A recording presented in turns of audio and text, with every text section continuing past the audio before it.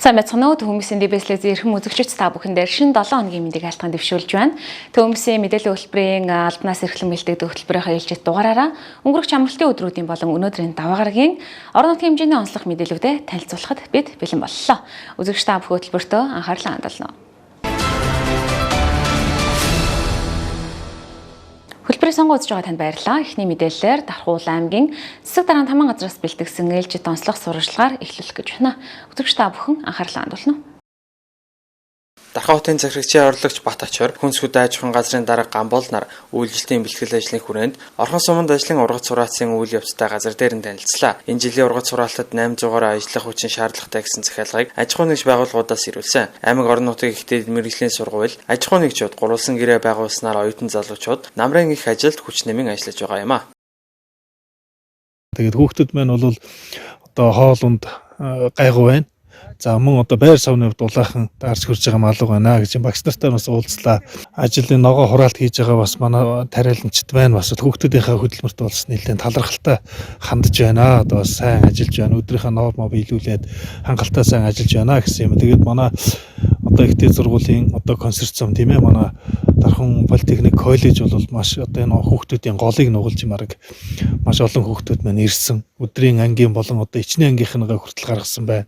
За мөн одоо Дархан дээд сургууль гэхэд бас бүтэн одоо бас баг ирсэн ажиллаж байна. Мандах бүрдээ сургууль маань өөрсдөө хэмжээнд бас хүүхдүүдэд хүмүүлийн сургууль бас хүүхдүүдэд гаргаж ингэж одоо 5 ихтэй сургуулиуд маань гаргасан байна. За ангаахын их сургууль болон шинжлэх ухааны технологийн их сургууль бол одоо амралтын өдрүүдээр нэмэлт хүч олж ажиллах юм зорилготой ажиллаж байна. Тэгээд одоо эд одоо сайхан намрын хураалтын ажил эд сайхан өрнөж одоо манай ногоочд маань бол одоо ер нь ажлынхаа 70% бараг нугаллаа гэсэн ийм байдалтай одоо сайхан зохион байгуулалтад ажиллаж байна. Одоогор ургац сураалтад Дархан политехникийн коллеж, Мандах бүртгэл, Хүмүүнлэг, Дархан дээд, Дархуул аймаг дахь хөдөө аж ахуйн сургуулийн харьяа, агаар эколог, бизнесийн сургуулиас нийт 700 гаруй сурагчид ажиллаж байна. Дархан өргөөгийн Итази 2-ийн сурагчид ангиар ирсэн. Байрнч гайгүй охид өгүүдээр тустай байрлаж байгаа болохоор бас гайгүй шүү. Дархан политехник коллеж 1-р байраас 26 оюутан хариуцж хурж ирсэн байгаа. Тэгээ хүүхдүүд ер нь дайжгүй сайн нормтой өдрийн 20 шуудаа норм хийгээд бараг зарим хурдтай оюутнууд нь өдрийн цайны цагаар дуусчаад жоохон удлаа гэх нь 6 цагт л дуусч байна. Тэгээ хоол унтсан гайгүй тэр байрлаж байгаа байшинсан гай дулаах юм л. Өмнө нь бол юусаа ажиллаж байгаа. Энэ яг ангиар бол анх удаа дайжгүй. Тэ. 9 салангаараа тэгэл нөө дотор байранд болохоор хүмсээ цуглуулна. Тэгэл ойр зур утас муц гээд ер нь л цацлах нь их байна. 20 хүүхэд байхалж ирсэн 2 дугаар курсын оюутнууд байгаа Дархан политехник коллежийг. Анх бол нэг ихэд бол хүнд хүчээр ажил маань нэ тэрэ гэжсэн бол одоо бол ачлалтаа гаршаад бүр нөгөө аргаа болоод тэгээ илүү хурдтай явдаг болсон байгаа. Хүүхдүүд авч явж болох хаана онох бол яах бол зотрох болов даарах болов гэсэн чинь үгүй нөгөө дулаахан байр бариад бэлдсэн байшин донж байгаа болохоор илүү тавлаг тухтай байгаа. Оюутнуудын өдрийн хөлс өмнөх жил 50,000 гуйсан бол энэ жил 60,000 болжээ. Ажлын хүч авч байгаа иргэдийн аль нь ч талбайдаа халаалттай сэндвичэн байр бэлдсэн. Мөн өдрийн 3 хоол өгч байгааг нь. Энэ жил 45 га талбайд ловон сонгон байцаа шарманж хөрманж гэсэн 5 төрлийн ногоо тарьсан. Одоогийн байдлаар манад 26 оюутан Дархан өргөөгийн 15 цэргийн албаа агч нар ажиллаж байна. За ногоо явуулалт явцыг одоо бараг 70% та лонгийн уралтал үндсэндээ дуусч байгаа. Нийт 21 га талбайд тарьж байгаа. Энэ талбай дээр маань 12 га байгаа. 42 оюутан, 2 багштай хариуцаад ажиллаж байна. Хүүхдүүдийн хөлс өдрийн 60,000 төгрөг, багшийн хөлс өдрийн 90,000 төгрөг байгаа. Байр манайх энэ жил нөгөө нэг хүүхдийн 40 хүүхдийн захиалга өгөөд хангалттай байр барьсан байгаа. Ургацын талбай зөвхөн Дарханы оюутан залуучуудаас гадна дотоодын цэргийн ангийн байлдагчид ажиллаж байна. Энэ талбай дээр 8 сарын өдөр ирээд нэг сар гаргалж байна. Ингээс нэг ахлагч 65 хотод авч ирсэн. Ирээд сонгон хөрмөнж ярах. Одоо 10 сарын 5 гэсэн төрөлт ажиллаа. Тэгэл бохол. Тэгэл ачаал ангидэр ачаал гэдэг. Одоо энэ Дархан Поли коллежээс 28 оюутан, Мандах дээд сургуулиас 25 хүүхэд, Дулаан тосхоноос нэг 67-8. Ингээ нийтдээ тэгээд манай өөрийн ажиллаж байгаа ажилчтайгаа нийлээд нэг 120 гаруй хүн амьтан яг өнөөдрийн байдлаар талбай дээр ажиллаж. Нийт тал тариасан талбай нэг 46-7 газар тариалагдсан. Тий одоо ямарч байсан сонгоноо ураагаа дууссан, өргөс тэмэх дууссан. Одоо хөрөн банжингаа дуусчаад одоо ловонгийнхаа тариа хураалтанд орсон явж. Дархуул аймгийн хэмжээнд төмс хүнсний ногооны хураалт 60 гаруй хувьтай байна. Зуншлаг гандуу ургацын болц тааруу байснаас хураалт хойшилсан ч ажиллах хүчний асуудлыг хамтран ийм хүн шийдснээр аймаг орон нутгийн ногоочид, тариаланчид ургацаа хэд хүтрхээс урьдчилж хурааж амжихаар байгаа гэлээ. Энэ хичээрээр цаг агаар таатай ургац хураалт үргэлжилвэл 10 сарын ихэнх гэхэд аймгийн хэмжээнд ургац хураалт бүрэн дуусгах төлөвтэй байгааг албаныхан ярьсан юм а.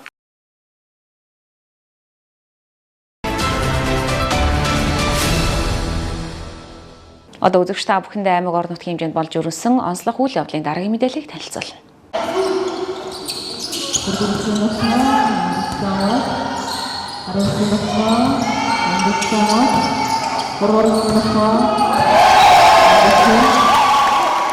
Дархуул аймагт маань ханган бусын банкны ажилчдын тэмцээн маань уламжлалт тэмцээн маань одоо амжилттай болж эхэлж байна. Энэхүү тэмцээнд маань 4 төрлөөр 8 аймгийн баг тамирчид одоо Дархан хоттой хүрэлцэн ирчээд байна. Энэ тэмцээн маань 1988 оноос эхэлтэй төвийн бүсийн банкуудын тэмцээн байсан бол одоо өргөжөөд одоо ханган бүсийн одоо банкны ажилчдын тэмцээн болж өргөжсөн ийм тэмцээн байгаа. Ингээд нэг өдөр одоо манай банкны ажилчид маань чөлөө цагаа зөв өнгөрүүлж хоорондоо танилцж дээрээс нь хурд хүч, оюун ухаан авиач чадвараараа өрсөлдөхөөр одоо Дархан хоттой цуглаад байна. Энэ жилийн тэмцээний онцлог гэх юм бол Монгол улсад төгрөг гэсэн одоо мөнгөний дэвшигтийг гаргасны 100 жилийн аваа болж байгаа. Түүнтэй одоо давхцсан одоо энэ тэмцээн маань онцлог байгаа. Тэмцээнийг Дархан аймгийн банкны салбарын зохион байгуулж байгаа. Үүн дээр Монгол банк болон Дархан аймаг дахь одоо Ариг банк буюу энэ жилийн банкны спорт клубын одоо тэргүүн спорт клубын одоо зохион байгуулагч зохион байгуулж байгаа.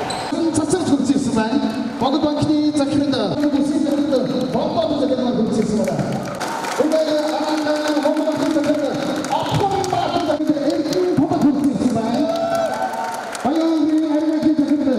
За энэ тэмцээнд бол одоо 4 удаа оролцож байна.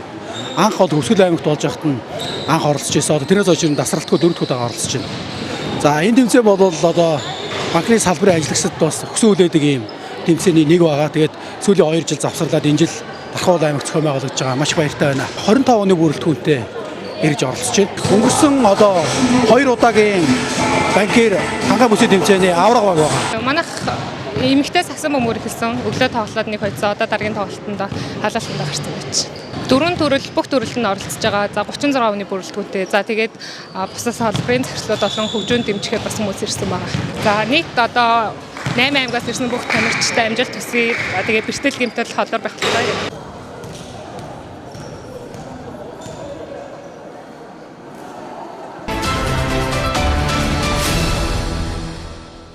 Хөлбөрийн хүлээн аван сонгон үзэж байгаа та бүхэндээ баярлалаа. Дараагийн мэдээлэлд анхаарлаа хандуулна. Дархан аймгийн татврын газраас аж ахуйн нэгж болон хуваарай бизнес эрхлэгч иргэдэд хэлбэршүүлсэн гормын талаар мэдээллийг хүргье. Хэлбэршүүлсэн гормын хуулийн тодорхойлолт нь татвар төлөгчийн бүртгэл, ногдуулалт, татврын хувь хэмжээ, татврын тайлан гаргах болон төлөлттэй холбоотой тусгаалсан үйл ажиллагааны нийлбэр цогцыг хэлдэг бөгөөд өөрөөр хэлбэл татвар төлөгч та татрын тайлангаа гаргах, төлөвтэй холбоотой үйл ажиллагааг хэлбэршүүлж байгаа нэгэн хэлбэр юм. Хуваарай бизнес эрхлэгч иргэн тайланц жилийн нийт борлуулалтын орлогоос зарлаа хасч цэвэр ашигын 10% татвар төлөх, эсвэл хэлбэршүүлсэн горим хамрагдан зарлаа тодорхойлох шаардлагагүйгээр жилдээ нэг удаа тайлангаа гарган нийт борлуулалтын орлогоос 1% татвараа төлөх боломжтой.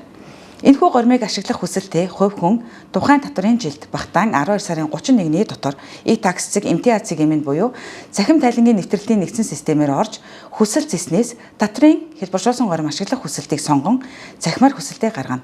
Таны хүсэлтийг харьяа татврын алба баталгаажуулснаар таны хэлбэршүүлсэн горим ашиглах хүсэлт баталгаажуулах юм а.